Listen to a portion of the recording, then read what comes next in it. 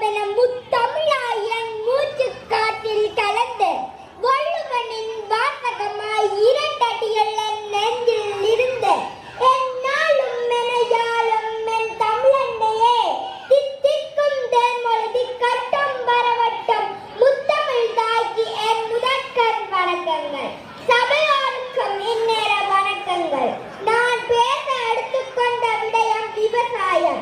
நம்ம வள்ளுவரையா சொல்றார், உழுதுண்டு வாழ்வாரே வாழ்வார், மற்றவர் எல்லாம் தொழுதுண்டு பின் செல்பவர். தாங்களே வயலில் உழுது அதனால் கிடைத்த உணவை உண்டு வாழ்கிற உழவர்களின் வாழ்க்கையே உயர்வானது.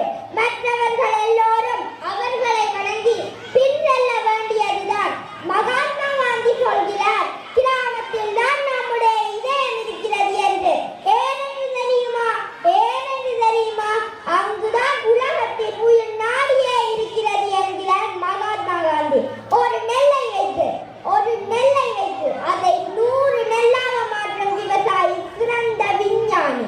கலப்பை, மண்வட்டி, கோடாரி, கடப்பாறை கண்டறிந்தவரை விட இந்த உலகத்தில் இன்னும் ஒரு விஞ்ஞானி பிறக்கவில்லை. சும்மா பாடத்தை படிப்பதும் பரீட்சை எழுதுவதும் படிப்பில்லை. படிப்புக்கும் அறிவுக்கும் சம்பந்தமே இல்லை. இங்கு தொழில் வளர்ச்சி தொழில் உச்சி என்று சொல்றீங்களே, நல்லா வேலை பார்த்தா நல்லா சம்பளம் கிடைக்கும். சம்பளம் கிடைச்சா நல்லா சாப்பிடலாம். அந்த சாப்பாடு எங்க இருந்து வருது?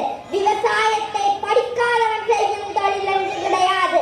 அது நம்முடைய வாழ்வியல் பண்பாடாகும். விவசாயத்தை வேளாண்மை என்று அழைப்பார். உலகத்தில் வேளாண்மையை கைவிட்டு அனைத்து நாடுகளும் பிச்சை எடுத்துக் கொண்டிருக்கிறது.